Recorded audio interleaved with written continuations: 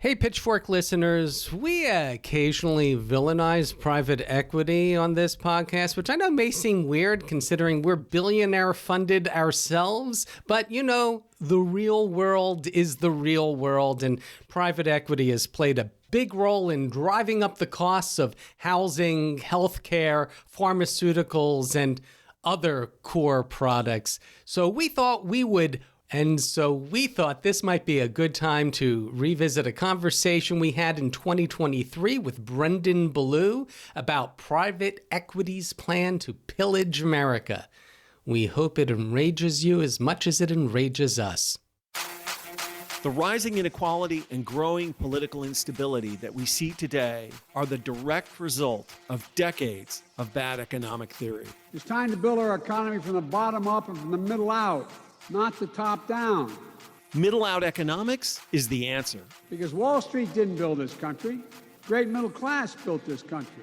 The more the middle class thrives, the better the economy is for everyone, even rich people like me.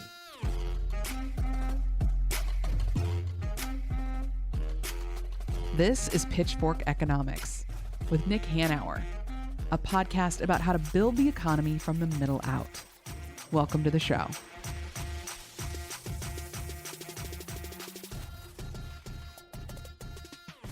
I'm Nick Hanauer, founder of Civic Ventures. I'm David Goldstein, Senior Fellow at Civic Ventures. Goldie, today on the podcast, we get to talk about a subject that's really near and dear to my heart, which is private equity.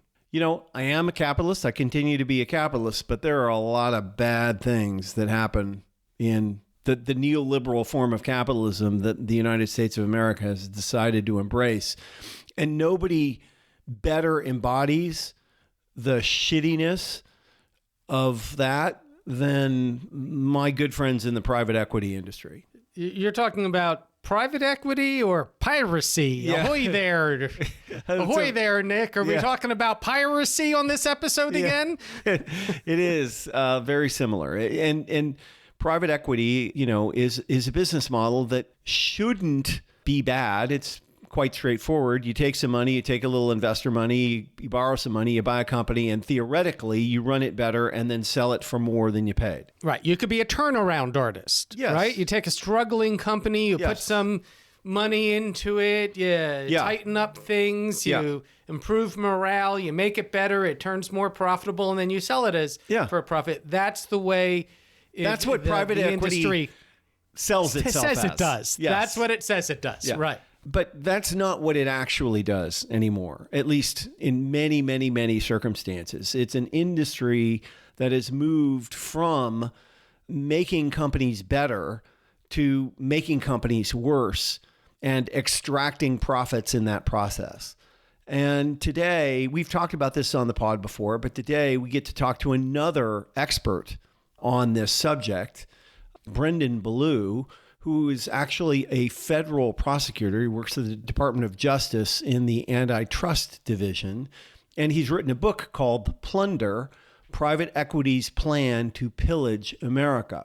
And, you know, it's a really important subject, Goldie, because it touches so many people, right? Like there's so many examples of the harm that this business model creates for everyone other than the private equity firms themselves and the owners of the companies who sell out to the private equity firms. Right. There's estimates that say that over the past decade or so, it may have resulted in the loss of over 600,000 jobs, that it may have shortened as many as 20,000 lives through their business practices. So it's got a big impact on customers, on workers, on the economy as a whole. In preparing for this podcast, I did a little bit of quick research to try to understand whether my sort of anecdotal understanding of the impact of private equity matched with the actual statistics. And it is just astonishing. You know, when you look at the retail bankruptcies and the connection to private equity, whether it's Toys R Us or Payless or Shoe Source or Sports Authority, Fairway just went bankrupt. And in fact, there's this fantastic quote by this guy who works for Bloomberg, Joe Nocera, who said, "Have we finally reached the point where we automatically assume that every new retail disaster has been caused by a private equity firm?" Yes, I believe we have. So it's just private equity firms really just are looters. That's kind of what they are. And I think it's just great to have somebody on who's expert in this field to talk us through how we got here and what we can do to get out from under it. So with that, let's talk to Brendan.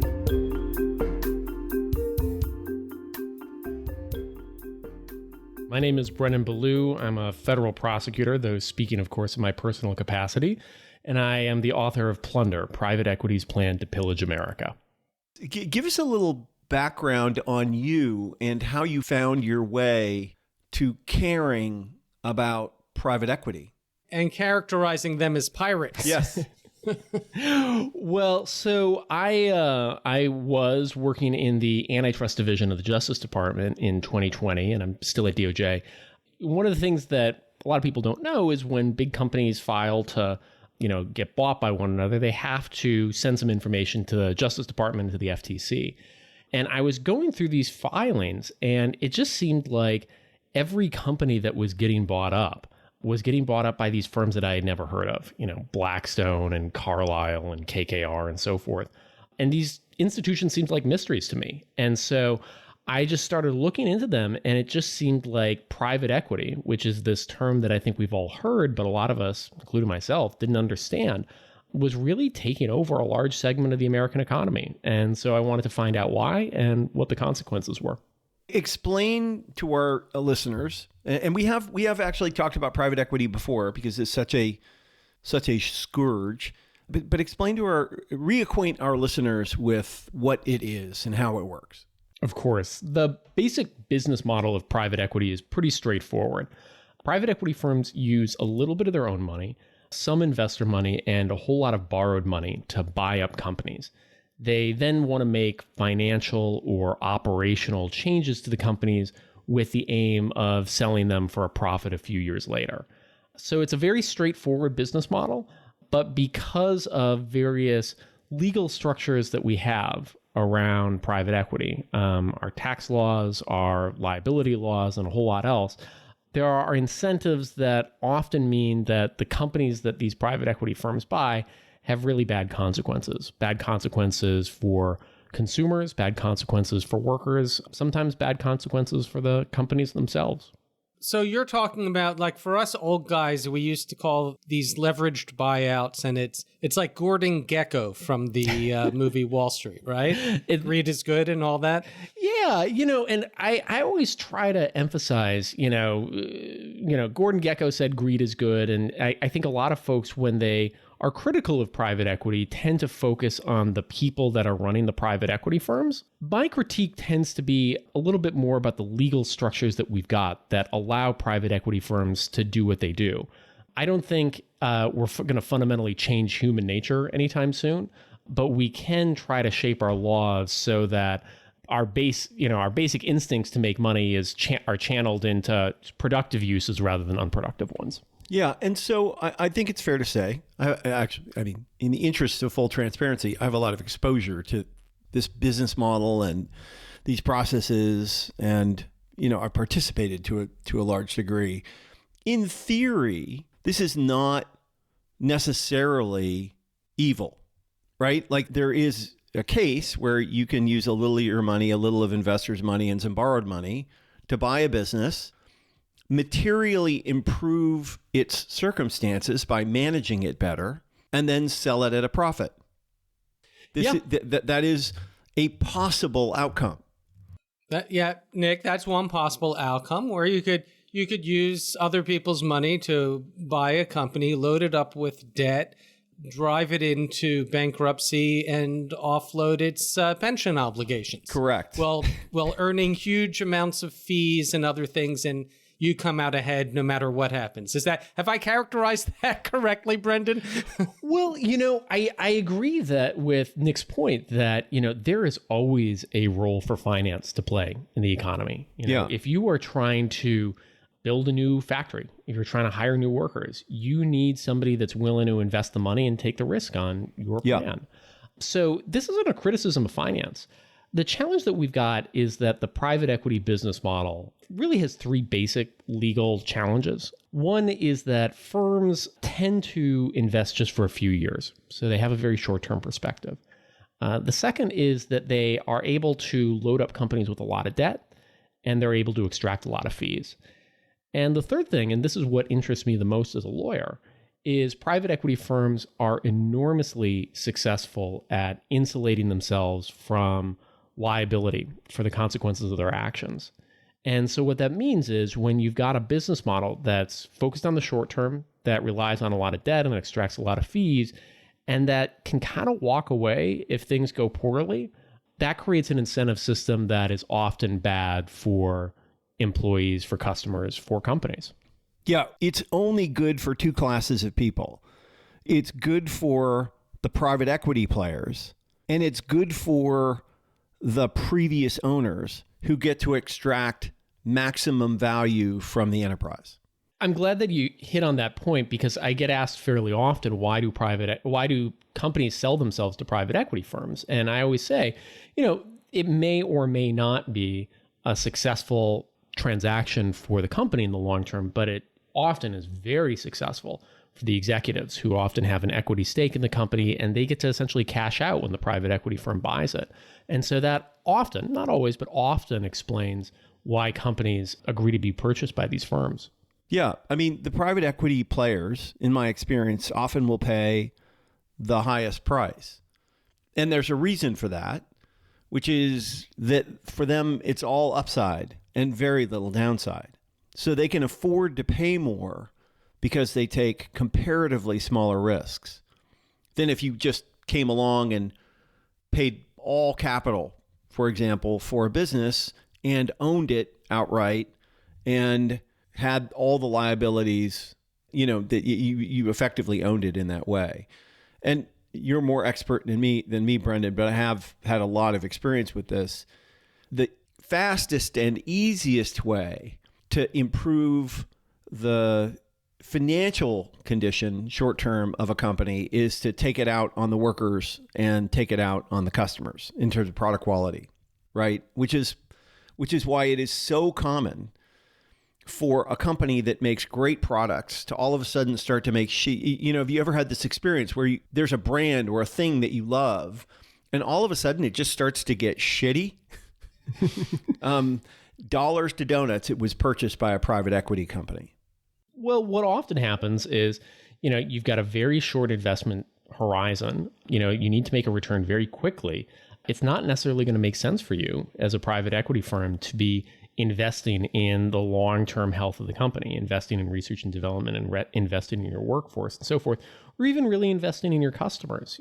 Sometimes it makes a lot of sense to jack up prices or lower the quality of care at a business because, that might hurt you in a few years, but if you're trying to make a profit in, 12 or 24 months, oftentimes that makes a lot of sense. And so it's really interesting to see how this plays out just sort of across industries, whether it's, private equity firms buying up veterinary clinics, and then there are complaints about quality of care, or buying up, in human medicine, dermatology practices, and then buying needles that were allegedly so cheap that they would break off in people's arms. These are sort of abstract incentives, but they have very practical consequences for people. Right. Or, for example, buying my family's very successful manufacturer of bed pillows and down comforters and bankrupting it within 1 year, right? Which we owned this business for, 80 years or something like that. And, my brother and I were doing other things. I'm doing this. He's running a professional soccer team. My younger brother owns the Seattle Sounders. So neither of us had the time to put into the family business. So we wanted to sell it, sold it to a competitor owned by a private equity firm. And the thing was gone within 12 months. It was just shocking and shameful. And they were clearly dishonest about the circumstances that we were putting our former employees in. I don't know if this is what happened with your company's bankruptcy, but as we're talking about sort of bankruptcy more generally, it really is interesting the extent to which private equity firms, I think, have really succeeded in the bankruptcy process, even when their companies do not necessarily. One example that I always return to is Sun Capital's acquisition of Friendly's, the dining chain in the Northeast. They bought the company, pushed it into bankruptcy, but then also became the company's largest lender. And by doing that, normally when you own a company and goes bankrupt, you sort of lose the company.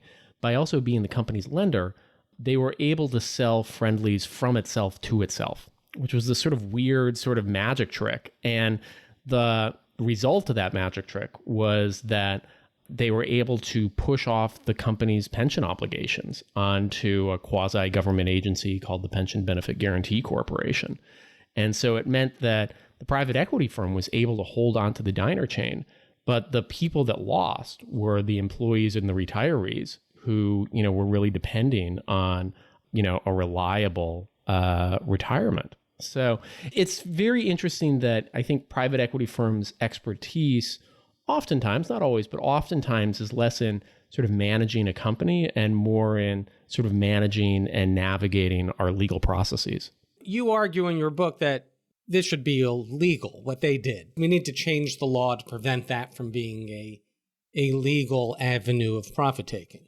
Yeah, on the bankruptcy issue specifically, I'm not a bankruptcy lawyer, so any bankruptcy lawyer will be, shaking their head here. But there are a couple tactics that they use called 363 sales, credit bidding, and so forth. And those tactics are perfectly appropriate in certain circumstances, but I think that speaking personally, I think they're being used in a way right now that probably is not consistent with the intention of the bankruptcy laws, and certainly is working out for the private equity firms, but not necessarily for employees and retirees. So, the average American, no matter how much they go bankrupt, they can't discharge their student loans because, moral hazard. But, if you're private equity, you can get rid of your pension obligations just like that.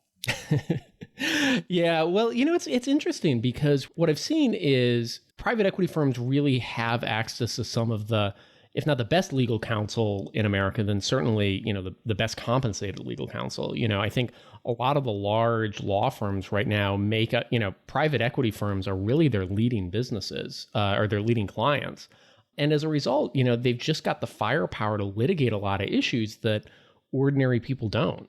Going back to Sun Capital, which we were just talking about, I was following a case that they had litigating over whether they had to pay out $4.5 million in retirement benefits.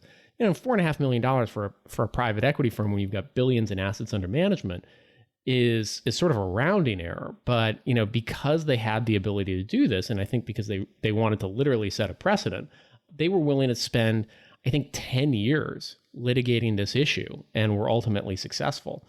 And you just don't have that kind of ability on the other side of these issues. And, the interesting about this, Brendan, is you point out that this really isn't new, what's going on now. This is very much like the trusts of the Gilded Age.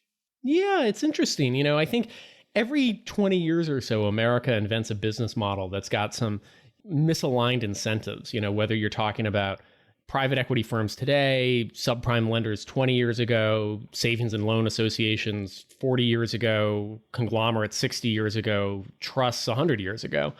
It's interesting in that I think there's a real legal similarity between private equity firms and the trusts of the Gilded Age, in which they're these sort of institutions where you have centralized financial and operational control over sort of disparate businesses, but not necessarily commensurate legal responsibility for those actions. And so it means that, I think that there's a lot more financial control over our economy today than there was perhaps 40 years ago, and we're sort of approaching back to the model that we had during the Gilded Age. Right, and I think an important point you make about the Gilded Age, about the trust, is that this wasn't where the innovation was coming from. The innovation had come in the decades prior, this was kind of a late stage capitalism. Now we're going to consolidate these industries and consolidate profits and control. And it actually led to an era of economic stagnation. Yeah, it's super interesting. I remember Louis Brandeis in Other People's Money sort of relays this quote about when the Steel Trust was created.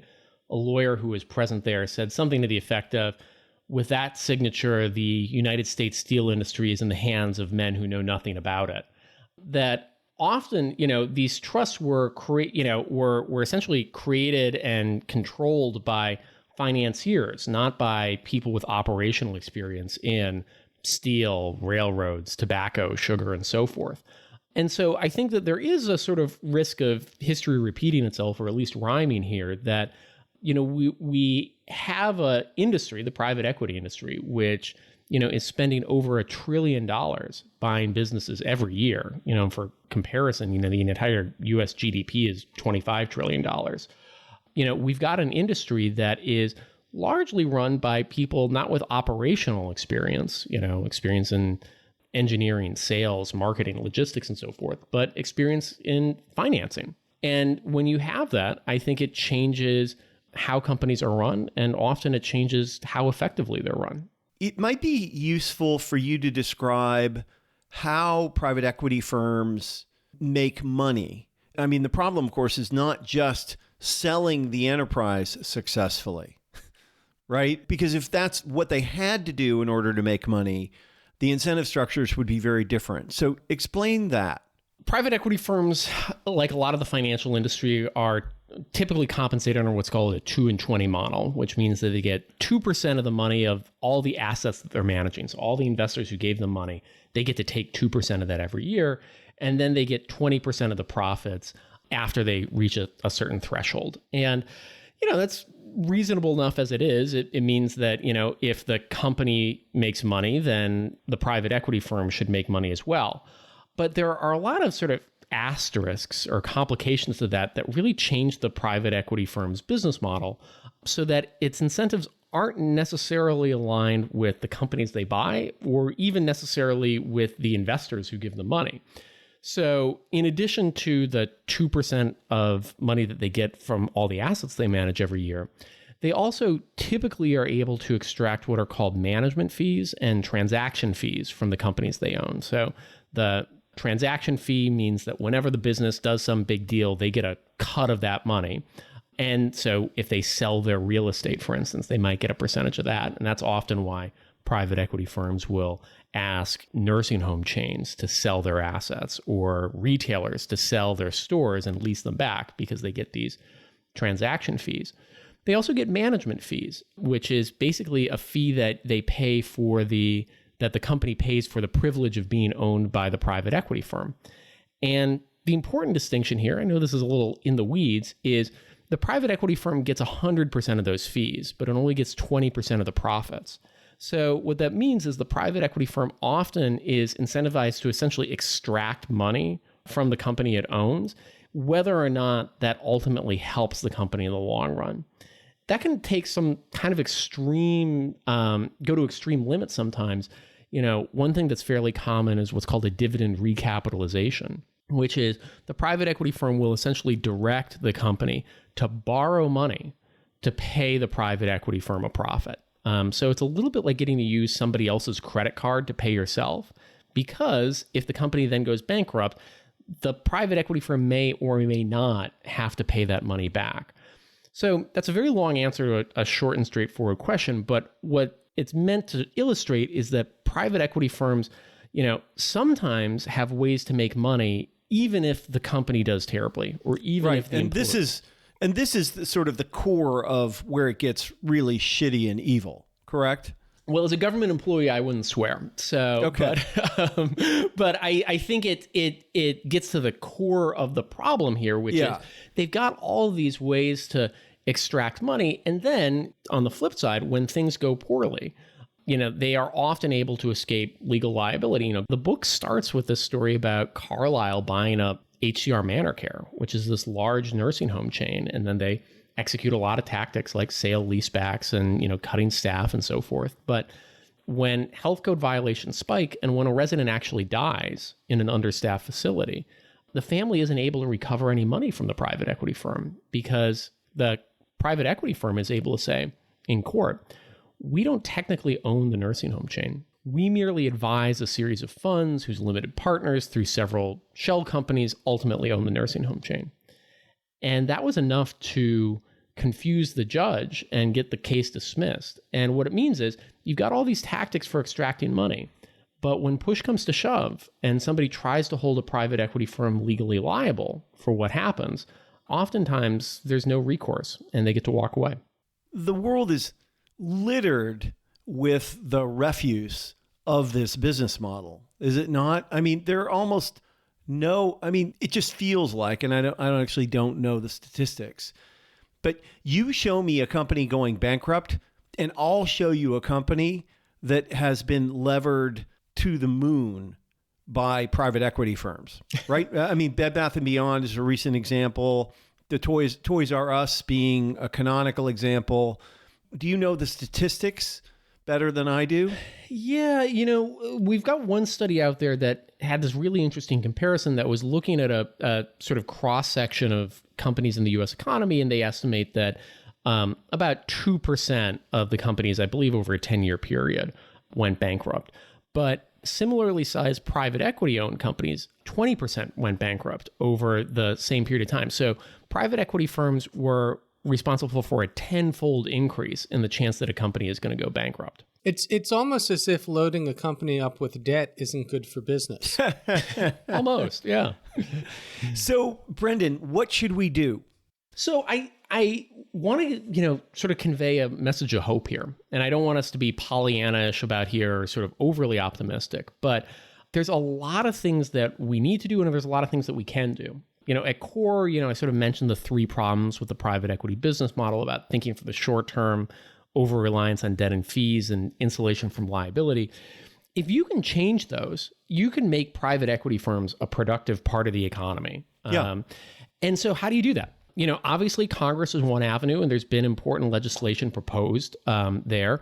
But, there's also a lot of different levers of power here, whether you're talking about federal regulators like the SEC, the Treasury, and the Federal Reserve, states that could limit the use of some of the tactics that we've been talking about, like dividend recapitalizations and sale leasebacks for companies that are headquartered or, have a presence in their jurisdictions. Local activists have actually been enormously successful at getting action on private equity firms in specific industries, whether we're talking about getting rulemaking on minimum staffing criteria in nursing homes or in prison services where private equity has been enormously involved, getting federal, first local, then state, and now federal legislation to allow caps on the costs of prison phone calls.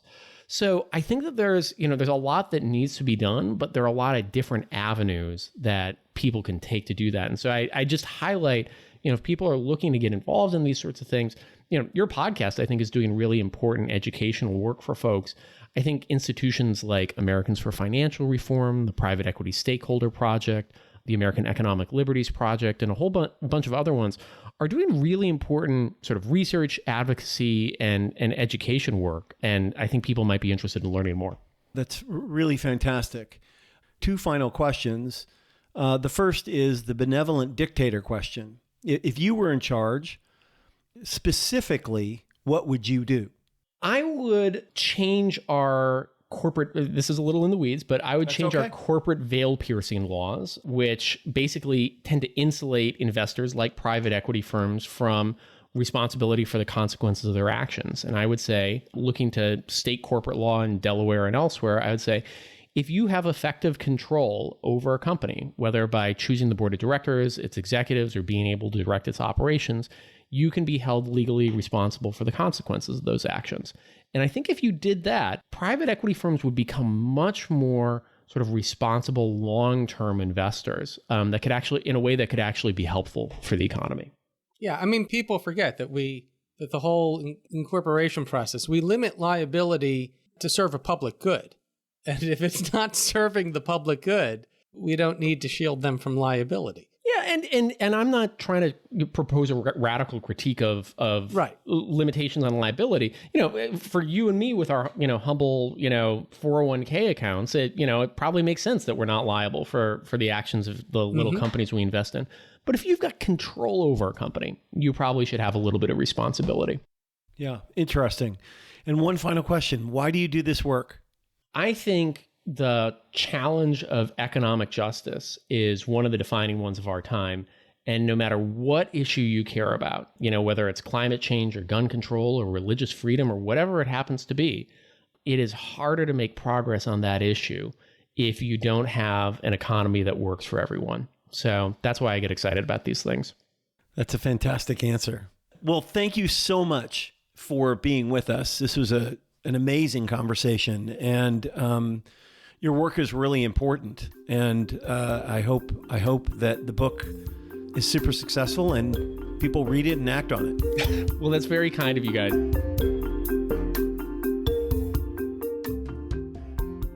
The scale of this is shocking, Nick. I mean, Brendan mentioned that, about $1.2 trillion a year in these leveraged buyouts from private equity out of a $25 trillion economy. And, we've talked in the past about the $1 trillion+ a year in stock buybacks. I mean, $1 trillion in leveraged buyouts, $1 trillion in stock buybacks.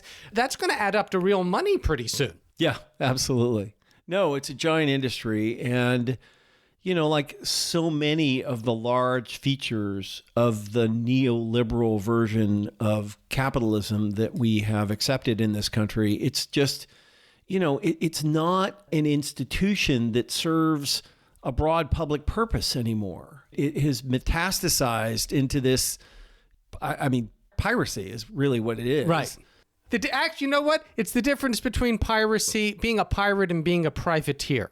Yeah, the difference is that when you're a privateer, you're a legal pirate, right? That's true. That's true. That's literally true. That's true. You got a letter from the king saying, "Have at it." Yeah. No, yeah. Go ahead and seize those ships and their cargo. Yeah, exactly. That's exactly what this is. So we should just call them privateers. That's more respectful. It is. It is. And it's a shame because, of course, there has to be a role for finance in an economy, and it should certainly be a role or a place for buying companies, improving their circumstances, and selling them for a profit. But it is certainly true that we need to substantially change the laws, norms, and policies that surround this business practice to convert it from the mostly deleterious effects that it has to mostly positive ones. And I think Brendan's book makes a great contribution to that. As always, we have a bunch of links in the show notes. We recommend you get Brendan's book, Plunder, Private Equity's Plan to Pillage America. You can buy it at your local independent bookstore or that big online monopolist if that's what's more convenient for you.